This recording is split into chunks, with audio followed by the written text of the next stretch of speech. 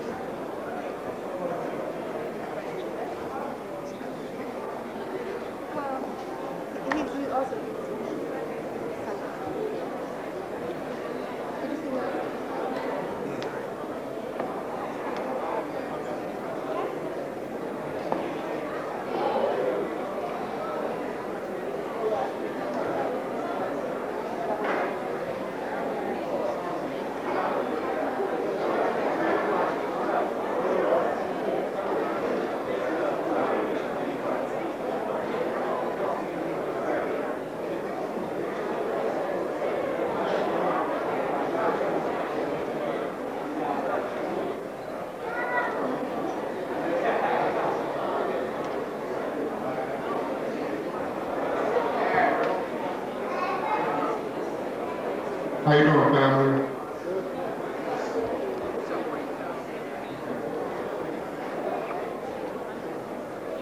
If you have a seat next to you that's vacant, would you please raise your hand?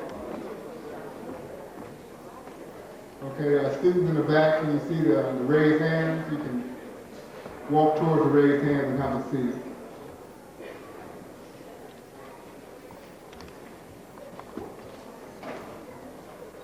If you have a vacant seat next to you, would you please raise your hand, please?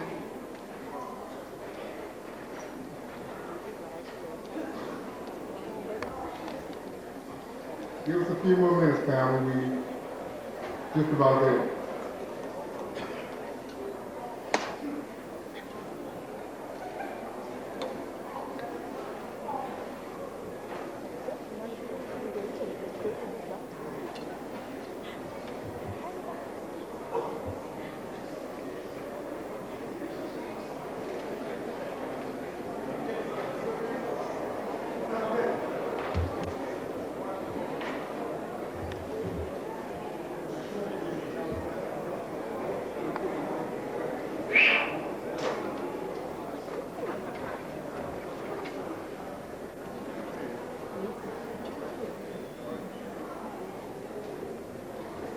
Is Lamont Geddes here?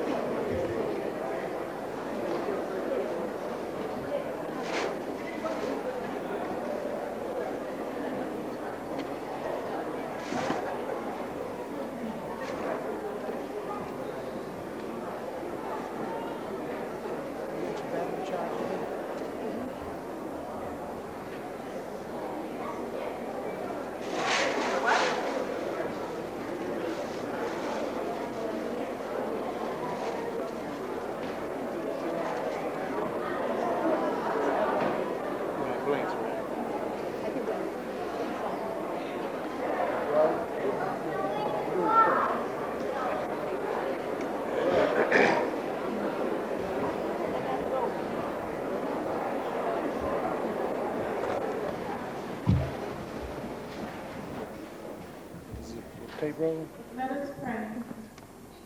Gracious Father, you who exist always in the present tense, we first give you the honor and the praise for allowing us to be here in this chapel at this time on this day. We thank you, Father, for all the blessings with which you have blessed us, our persons and our community. We thank you for the successes of the Black struggle in America and the world thus far. We thank you for our leaders, past, present, and future. We thank you for the strong hope of our mothers and fathers and our grandfathers and grandmothers that strengthens us even today and keeps us going. We thank you for the church, always a safe place of faith and truth and action. This day, Father, we meet again in the church, and we ask your blessings first and foremost upon our speaker. We ask that all that is said, all that is done, and all that is heard be for your glory and your honor. Let your power and wisdom reside in our assembly tonight, that we may be encouraged and instructed and empowered. In your heavenly name, amen. Amen. Now please continue standing. Before we sit down, I'd like us all to sing the first two stanzas of Lift Every Voice and Sing, our national anthem.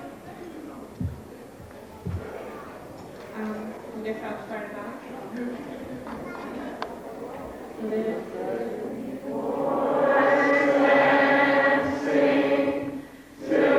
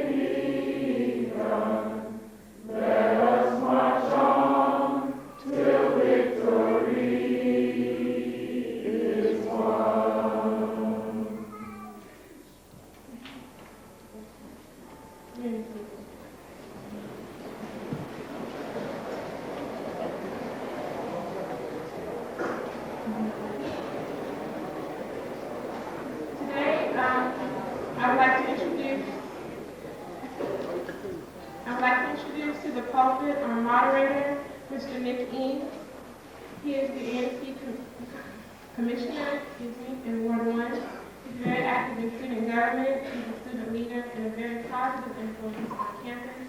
In addition, he's the political director of HUSA. I'd like you to welcome Mr. Nicky.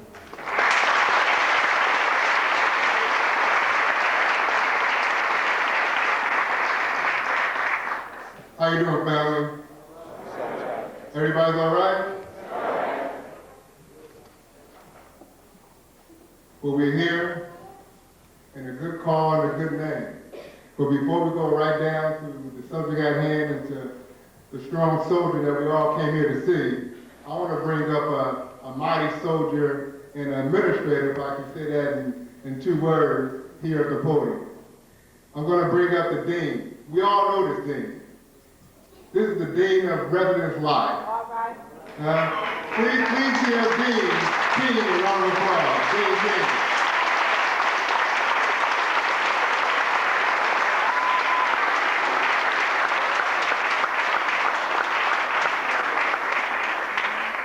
I'm really honored to have been asked by President Hutto to come and give a very, very brief remarks. I was a student at Howard in the early to mid-'60s, and I was a very busy a speaker that came to campus. And just to eliminate that suspense, not the speaker tonight. He was over here. And I was too busy to go. And I heard this particular speaker's name, and I thought he was a little crazy. So I figured, I'm too busy, and I get a chance another time to see him. Well, I'm really pleased that those of you tonight were not too busy with other things that I'm sure are important to you to do tonight, to come to see another great man. The man that I missed seeing on campus that night was Malcolm X. And I never got a chance to meet him. So I congratulate you for your wisdom. I brought to Brother Kwame tonight. I've already given it to him. I'm a pack rat of sorts and don't throw anything away.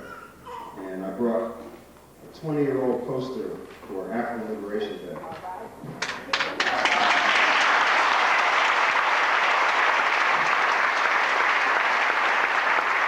From 1978, Malcolm X Park. And I wanted to present this copy to President Hutto.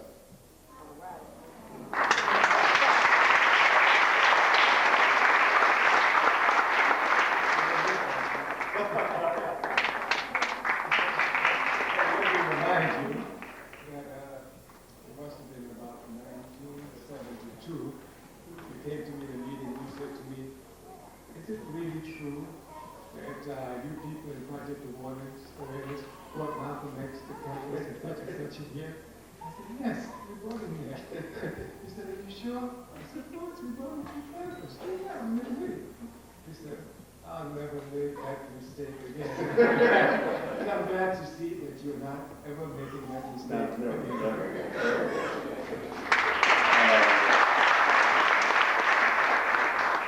Several of our compatriots from back in the day are here tonight, and it's been quite a reunion. I just want to say to all of current students and others that are here tonight that no matter what role you decide to take, always remember that the struggle of our people is paramount, most important. Thank you.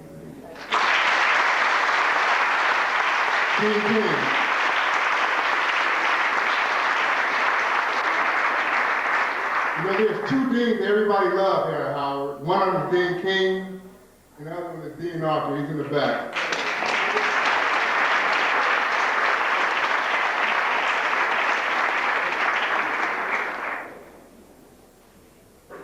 And of course, the dean of this holy place, the dean of this house, the dean that we all gathered here, the wonderful Dean Richardson.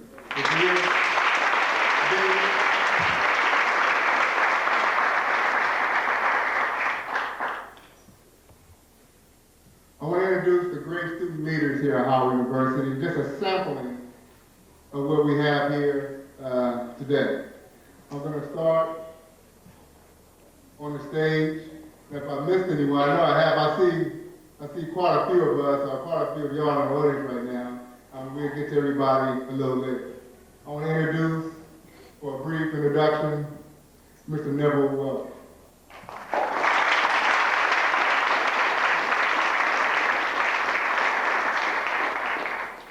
Thank you very much, brother.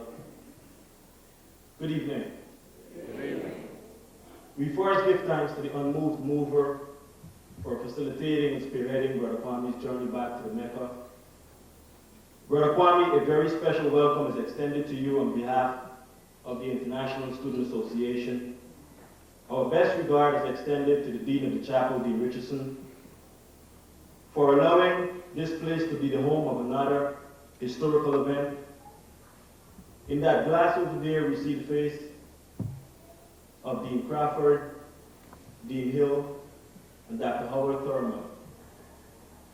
My brother, Kwame, you've earned your place among the immortals, in our hearts, and among the men and women who have taught us that man cannot live by bread alone. Frantz Fanon said, every generation out of obscurity must find its destiny and either fulfill or betray. Brother Kwame, your physical presence here tonight is a constant reminder that we have come a very, very long way. But we have a far, far, far, far, far, far way to go. You remind us that we were not sent here at this institution to get a Mercedes-Benz, to get a BMW,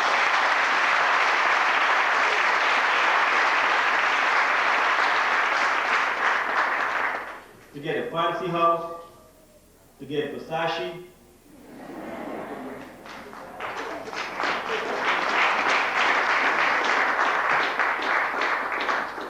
The unmoved mover is not interested in what degree we got while we were here or what our GPA was and all the other stuff that we were told are important. Who am I?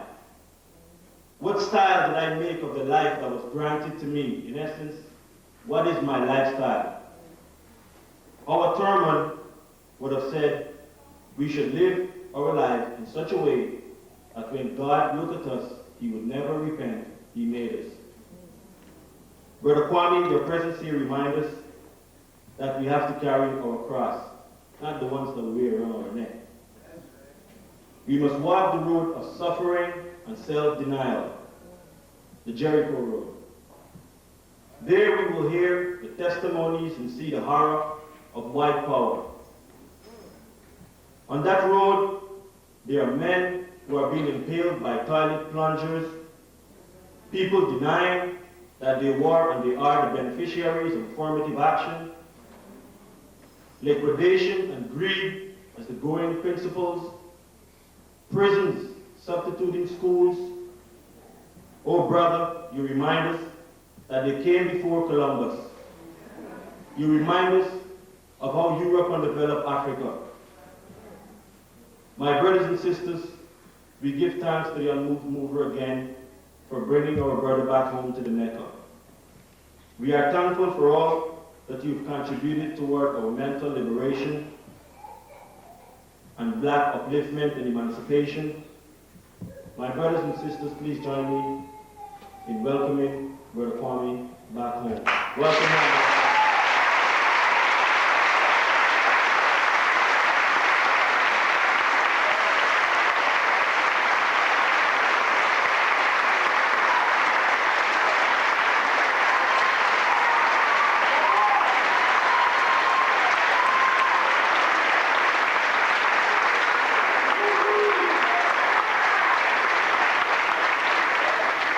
Thanks a lot. It's going to be a very spirited meeting tonight.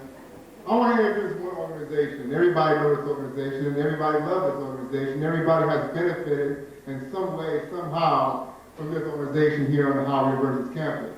I want to introduce two representatives. I know there's many. I see a lot in the audience. I want to introduce some representatives from the campus pals, ladies and gentlemen. Can you give a round of applause? Mr. Hall and Leah Johnson. Please welcome to the stage.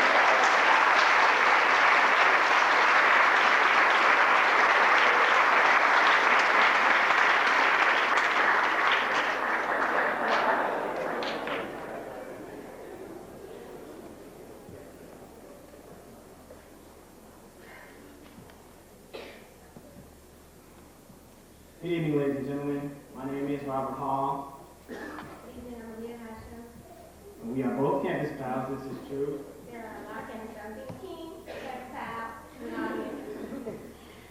What I like to say is that Campus Pals is an organization that is a microcosm of Howard University in general. Every school on the campus is represented. All walks of life, from East Coast to West Coast, is represented by Campus Pals. As Howard University is a microcosm of people of African descent worldwide. And very simply, I would like to say on behalf of Campus Pals, Howard University students, that we appreciate the path that has been paved by brothers like Kwame Ture for us. And we understand the responsibility that we now have to carry on the torch that they live. We also welcome the leadership of all the freshmen. Campus Pals, you know, we're an organization that starts with helping the freshmen. So all the freshmen who are here tonight, we welcome you all to leadership and applaud you for being here tonight because a lot of people are not. And we're going to leave it at that and want to say welcome Brother Kwame Ture on behalf of the Campus Pals. Thank you.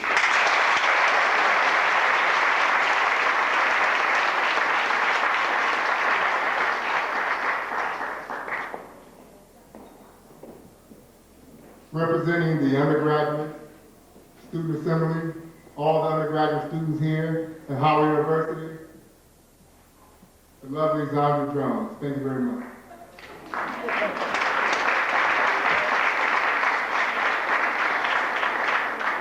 Good evening.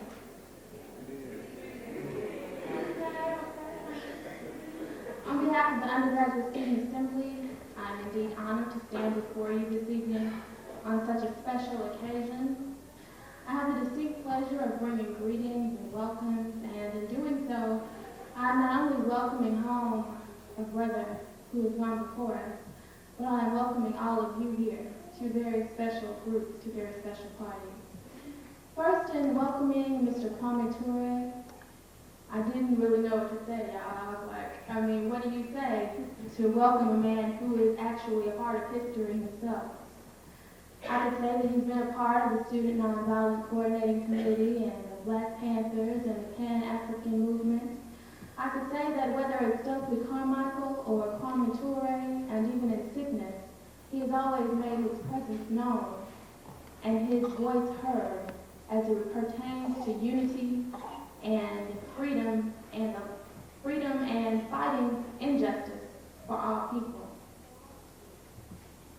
But I feel more compelled to say thank you.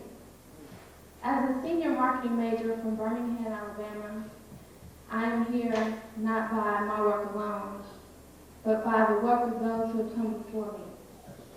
By those such as Kwame Ture and Rap Brown and Angela Davis and Malcolm X and Martin Luther King, all those who came and fought for me, I'm here. And so I have to say thank you.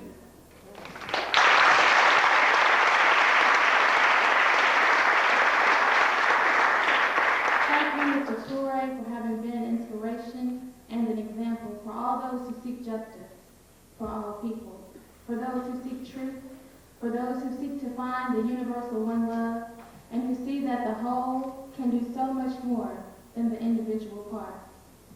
And it is with this in mind that I welcome you, the second group of special people, the Howard University community. It is my desire that we will leave here this evening with a renewed fervor and a renewed spirit to fight for what we believe in. It is my desire that if we leave here with only one thing learned from our wise teacher, that it is anything worth having is worth fighting for.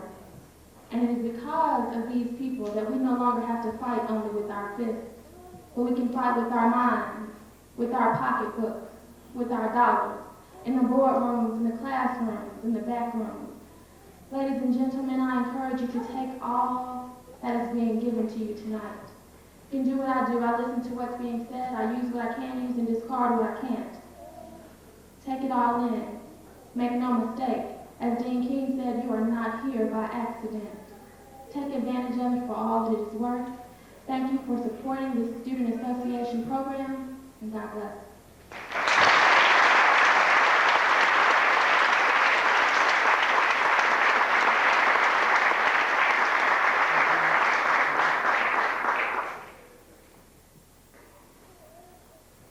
I want to bring on the Vice President of the Howard University Student Association, the Vice President that you always see, the Vice President that you know, my friend and your friend, please receive her, the Vice President of the Howard University Student Association.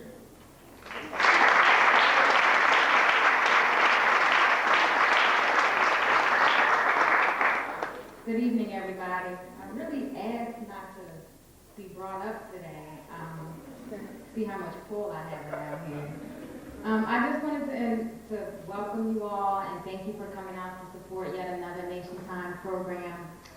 When we ran our campaign last year, we ran on Nation Time, and everybody asked us what Nation Time meant. And Nation Time is about bringing a community of people together. Not only the Howard community, but the DC community and the Black community as a whole. And as you can see tonight, this is exactly what we've done. So I'll be sure.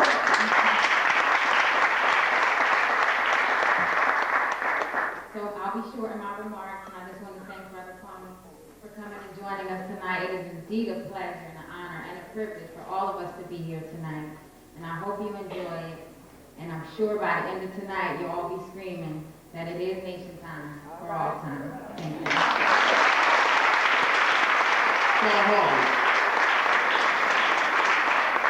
Is Mrs. Karen Spellman in the audience? Karen Spellman, would you please join us on stage, please? This brother, everybody see him on the yard with an afro. Did I give it away?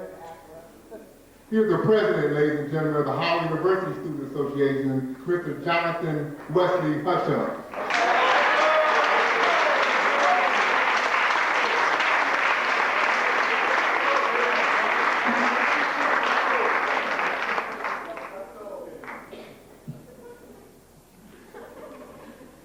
First and foremost, I must give all honor and praise to God for being good enough to allow us to be present at this place at this time. Good evening.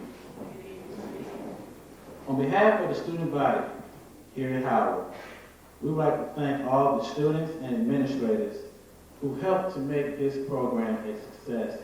I must stress Dr. Steve Favors, Vice President of Student Affairs, if he is here, Dean Archer, Dean King. I must also stress Attorney Donald Temple, if he's in the house, raise your hand.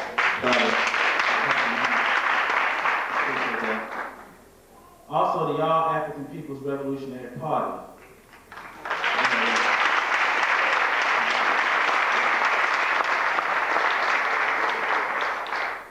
Especially Dr. John Trumbull, Kamau Benjamin, Brother Bimboshi Shango, and Masani Bidiako, who helped facilitate Kwame's presence here tonight and help us to contact many of you who are here. We would also like to acknowledge, once again, the Howard University administration and staff, the student leadership whom you have heard from tonight, the community leadership which is present, who join us tonight as we celebrate our theme, 2 generations of African students on the front line of the African Revolution.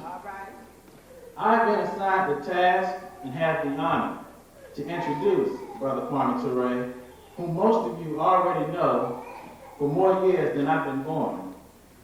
So I will not waste your time and Kwame's time telling you what you already know. You all know that Kwame is a product of, a student of, an alumni of one of the best that Howard University has produced.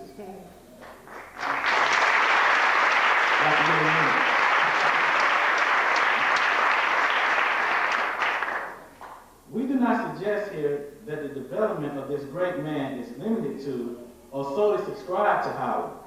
Kwame is an institution at Howard University and on college and university campuses throughout the United States, Africa, and the world.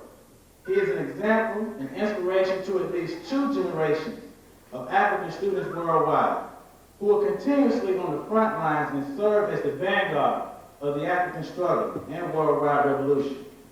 His contributions are many, including his work as an organizer with the Nonviolent Action Group, the Student Nonviolent Coordinating Committee, the Mississippi Freedom Democratic Party, that's right, after that. One of the chairmen here was the chairman of our Advisory Neighborhood Commission. I'm looking for him. Brother Lawrence Gill, please say, Brother Lawrence Gill.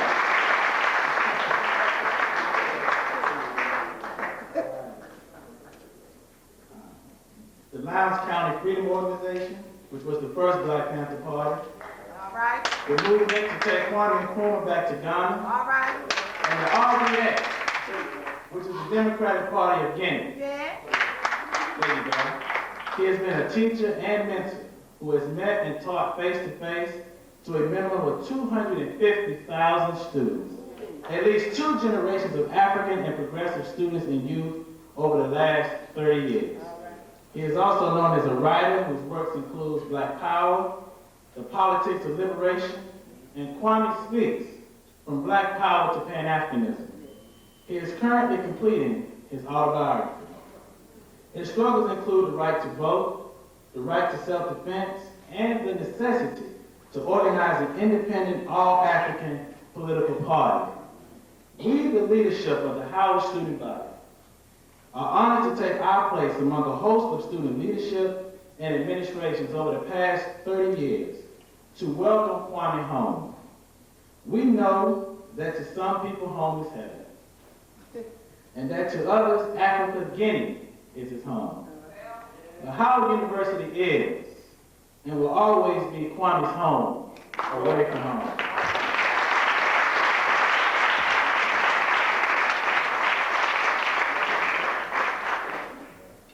We are honored to make this presentation as a token of our respect, thanks, and love for Brother Kwame Ture, and you see him having a little crowd here at the podium.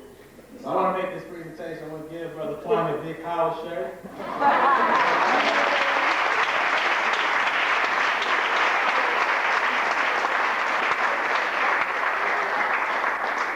Thank you so much. Please bring along with a big round of applause, Brother Kwame Ture.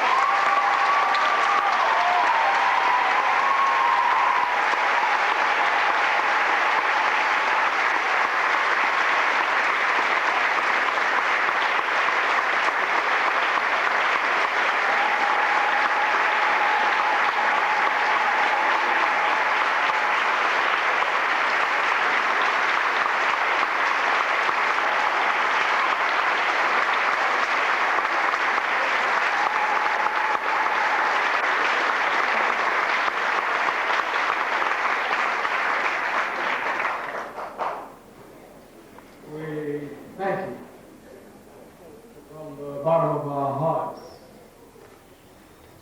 We know that through our life experience, that when you work for the people will never forsake you. So we are never worried about our conditions. We know that no matter what conditions we find ourselves in, our people will take care of us. So we want to thank you for all the love you've demonstrated. We're honored to be here tonight. We want to thank all the student organizations, all of the deans, all of the different peoples involved in putting this together. Of course, as a student at Howard, I know what it takes, and I know the hard and serious work that's involved in it. So we want to thank you as one who knows the work that you have done. We want to thank so many, many brothers and sisters who we've seen in the audience that we haven't seen in years. And we're glad to see a very good cross-section of generations here tonight. We are very honored to be at Rankins Chapel, and Dean Richardson is only continuing a tradition that has to be continued. At my time, it was Dean Crawford. And one of the things about Rankins Chapel is that it was always open for meetings of this kind when other areas of the university was closed. So this tradition, of course, is a tradition which continues. It has to do with the very tradition of our people. Our people who have never seen religion as the opium of the masses. That, of course, coming directly out of the European culture. It being a fact that Europe has never produced any universal religion, all of them has entered from the outside.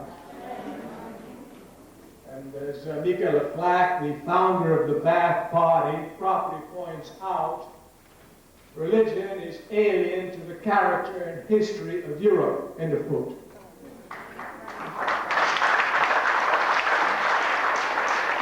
Therefore, this struggle of Africans ensuring that religion and revolution go hand in hand is one that we must thank our culture for. It has asserted itself against great onslaught in the world. And we hold high that if one is truly religious, one must be revolutionary.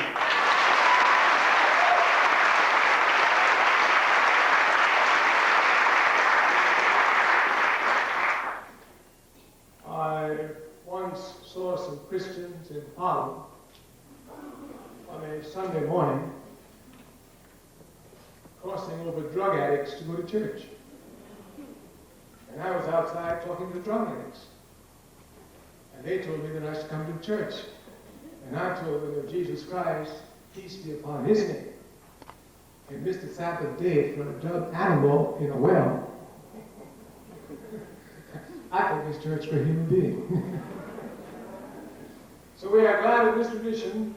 We want to make some remarks to you tonight along the topic which you have chosen, which is an excellent topic. But we want to do it in the African tradition. Malcolm X carried on the tradition, though we don't have the same format, by calling them fireside chats. Every once in a while you need a fireside chat. You know, sometimes some people do not understand the real essence of our struggle. The real essence of our struggle is eternal. That is to say, there's no time when you will struggle for the people and then after a while you sit back and relax and enjoy life.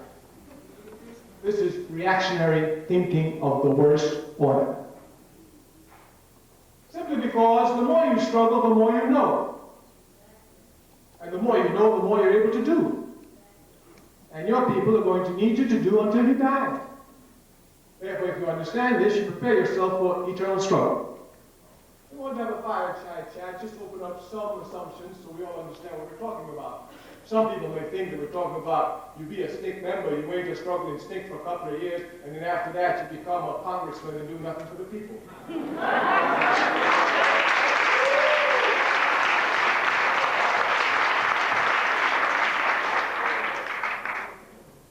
Kwame Ture, a great son of Africa, says that it is most irresponsible to undertake a task voluntarily, which we say is indispensable to the people's happiness, and before completing the task, to stop. This will compromise, he continues, the behavior of generations to come. This is the first contradiction we want to point out to you between you and your older generation of Africans who are on the front line.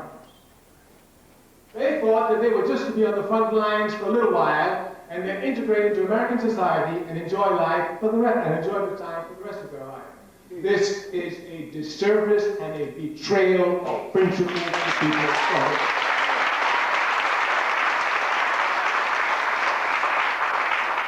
You must reject this path instinctively. I mean, you must instinctively reject it. The mistake to a path is the path of truth. A prerequisite for truth is consistency.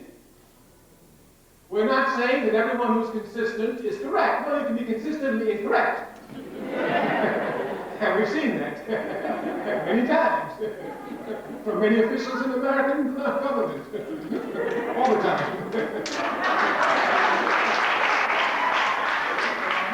I mean, for example, they've been consistently incorrect on Cuba for 30 years, and they're persistent.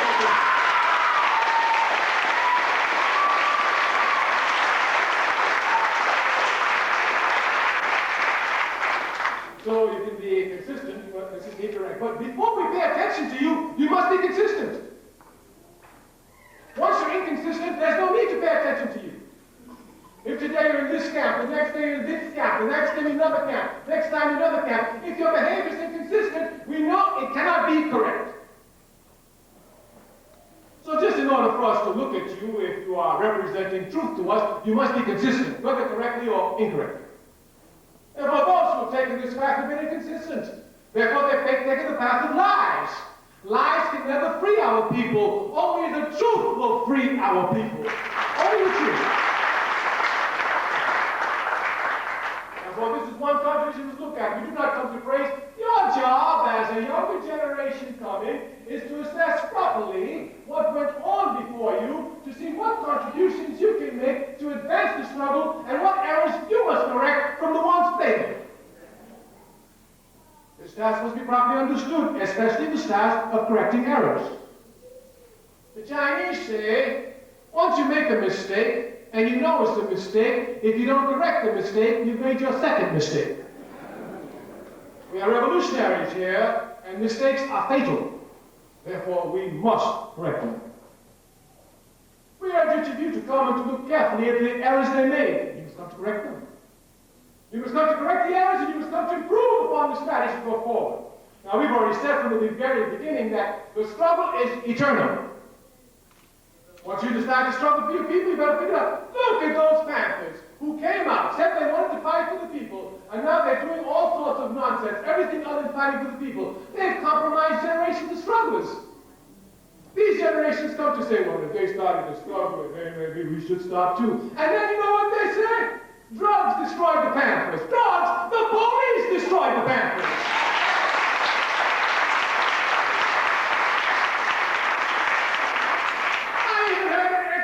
Ex-Panther, because they ain't nothing but a pussycat now. I heard ex-Panther say, Huey Newton was killed by drugs. Huey Newton was killed by the police. Who brings drugs in the community? Who knows all the drug dealers in the community? Who manipulates all the drug dealers in the community? Who sends the drug dealers and informers into organizations? Who kills Huey Newton?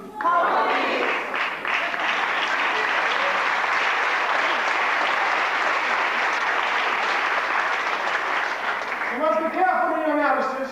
Yeah. Any analysis you make of oppressed people in every area of your life where you leave out the enemy will never give you a correct analysis. You will end up blaming the people. Every analysis you make, you must make of this enemy. This is what your generation before you did not do. Matter of fact, they were trying to make believe they had no enemies. And as soon as everything was over, they could sit down peacefully and work out things with those who were not really our enemies. An oppressed people must have an enemy. There's no such thing as an inferior people. We know that. There are things as oppressed people. And they're not oppressed by superior people. They are oppressed by people who are better organized than they are. The reason why the Ku Klux Klan terrorizes us is because they are organized. They have meetings every week. And the members go to the meetings every week. They discuss racist ideology. They ingrain it. They internalize it. And then they have programs for it. They even make uniforms and things like that. How many of us can say we go to meetings every week for the people? How many of us can say we make uniforms for the people's organizations? Africa is the richest continent on the face of the earth. Wherever you find the people on the continent or off the continent, they are the poorest people on the face of the earth. Some get confused as did others in the generation who went before you. You must not. That great son of Africa, Kwame Ture, said it correctly. Seek ye first the political kingdom. We must be politically organized, not economically organized. We have no economic problem. We are just politically not organized. This is our only problem.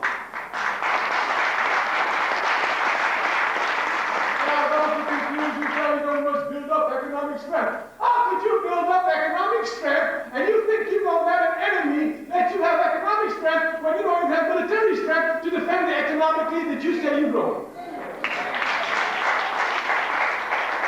You can only grow economically when you are secure, politically and militarily. They don't want revolution, they want a piece of the American pie. We don't want a piece of the American pie. We cannot want it. The American pie is based on genocide and slavery. We want to destroy it.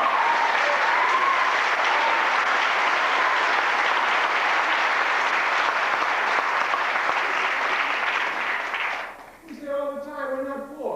Listen, when every African in America gives 5 cents a week, and I'm sure every one of us can do that, to a common economic bank account in this country alone, what economic problem will we have in 3 months? None. We are not politically organized. This is our problem, and this is the emphasis your generation must make. The generation must come clear. Just look at the generation that came before you. Sometimes I'm amazed when young students come to me and say, "Oh, Brother Kwame, I sure wish we were back in the 60s. Back in the 60s. I don't want to go backwards, I don't want to go forward. They go back. Oh, in the 60s things were so great, politically goals were so organized. We were not organized in the 60s. We were mobilized. One must make a clear distinction between mobilization and organization, which we do not make. We organize, we mobilize in the masses now, we're good at that. Some years ago, at the Dr. King's March in 1963, we had 300,000, the most they ever seen. They went and brought out some more, 700,000. Our sisters just brought out 1.5 million. They got a long way to go to catch up. We are massive, but we mobilize. When you mobilize, you come together for a specific issue over a temporary period of time. After that, everything disappears. Organization is permanent. Organization is permanent. You must come to make the difference between mobilization and organization. Dr. King was one of the greatest mobilizers that this country has seen in this century, but he was not an organizer. This is not in any way to discredit Dr. King. He did a great job. We admire and love him. But to advance the struggle, we must go beyond Dr. King's mobilization to organization. This is a crucial task.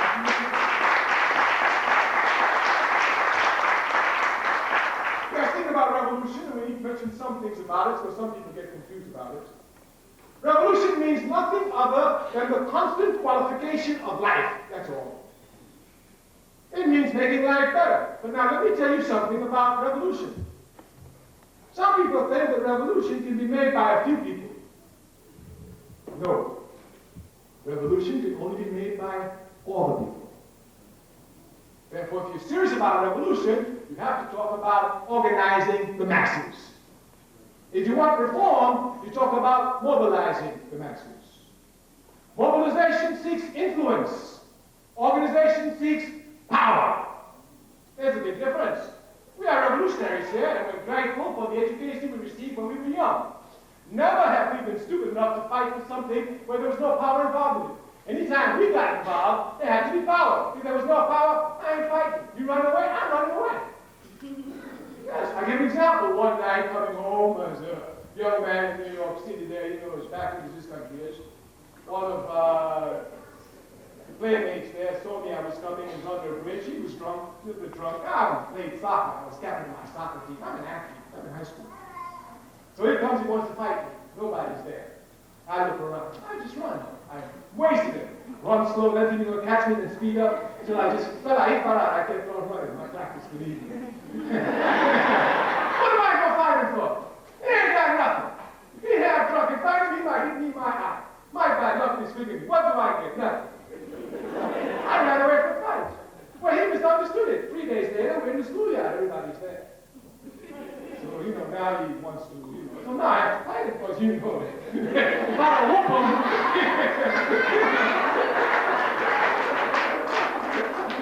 But if there's nothing to gain, I don't fight.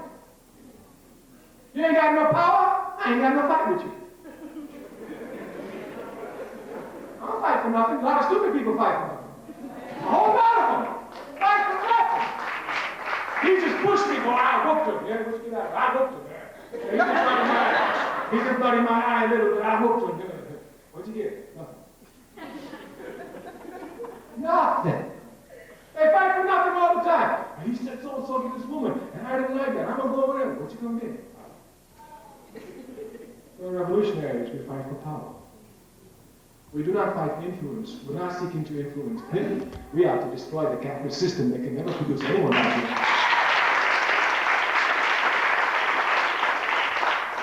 You must make clear distinctions between reform and revolution. The majority of those who were on the front lines for your people, who were petty bourgeois intellectuals, opted for reform, not for revolution.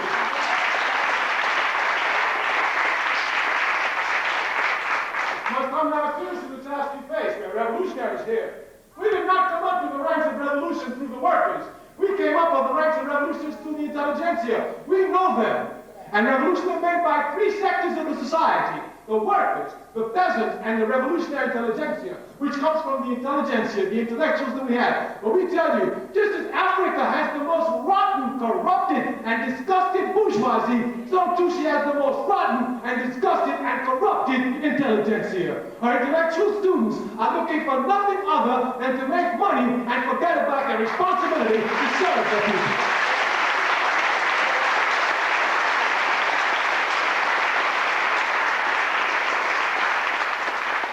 Task then you have a formidable task. Even up to now, we cannot produce the talented tenth that Du Bois has been begging for, crying for, and praying for decades, almost a century now. We come from the most corrupt in our society. We come from those who owe everything to the people and want to give nothing back to the people. In fact, they want to continue to exploit their people, working in partnership with other exploiters of their people. The task we have there as students, the serious task. The task we have there of intelligence is the serious task. To take your intelligence and give it to the people. When I graduated from Harvard University, the reactionary professor said to me, "So what do you do now?" I said, "I'm going to Mississippi." "Where are you going with them stick people?" "I'm going with them stick people." "Full time?" "All the time." "Well, what you going to do with our family?" I said, "Well, the family I get will either sacrifice with me or keep getting on." "Well, what you going to do for eating?" "People in Mississippi eating. They ain't going to let me starve once I'm fighting for them." No, we started off by telling you, we're talking about experiences. When I was a young man working for Snake in Mississippi, they would put me in a house I wouldn't even know. 2 o'clock in the morning, people I wouldn't even know would come knock on the door. "Now they found the house, now they come and fight. Let's go." They put me in a truck, take me to some other house. I'll go to a house, the people there are peasants, they are poor sharecroppers. They ain't got nothing except one bed that's been passed on from generations to generations with their handy quilt. And they go 3 o'clock in the morning, bring me, I got my sleeping bag, and they're going to insist that I sleep in the bed. I tell them, "No, I got a sleeping bag, I'm better on the floor." No. One man said one night, "These young boys, what they think it is in these young girls coming down here, they think that they're ready to give their lives for us, and we ain't ready to give their lives for them. Who they think it is?" Yeah. I didn't know where I was. There's people who protect me, give their lives for me. Once you fight for the people will always fight to protect you. But your fight for the people must be honest. It must be dignified. It must be integrity. It must be without no compromise at all.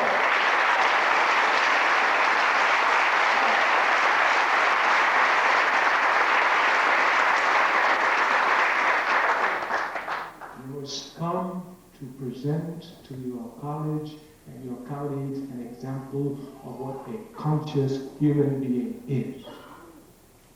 The atmosphere of Howard still has to change.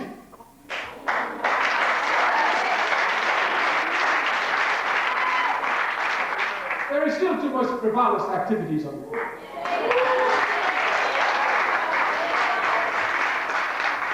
It's only the conscious students who can come to change the campus at Howard University and its atmosphere. Change what is known as its milieu. In order to attract students to serious aspects of learning. You must not think this is haphazard. The United States government has filled onto Howard University campus all sorts of agents, especially since the 60s, to ensure that the university remains frivolous.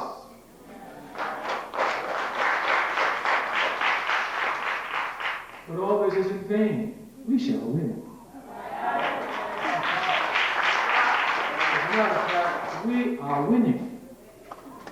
But the only way you can properly see that you're winning is when you take a revolutionary perspective, and a revolutionary perspective look at the masses of the people, not the corrupt leaders that you find everywhere, especially overwhelmingly in Africa. Look at the people. Look at this issue with the Gulf here that this stupid man is talking about.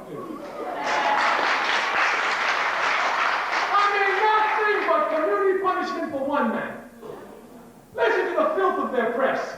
Do you know what the press said when interviewing an ex-president? When you had a chance to kill Saddam Hussein, why did you kill him? Could you imagine that?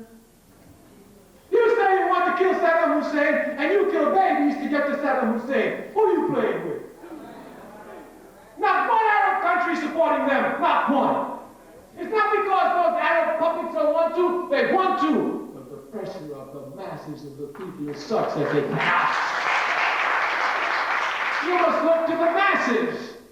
All of those reactionary regimes want to support America, but they cannot. Because the consciousness of the people continues to grow and nothing can stop the rising consciousness of the masses. Absolutely nothing.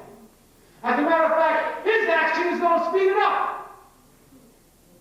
When he attacks there, hatred for American imperialism will rise even more throughout the world.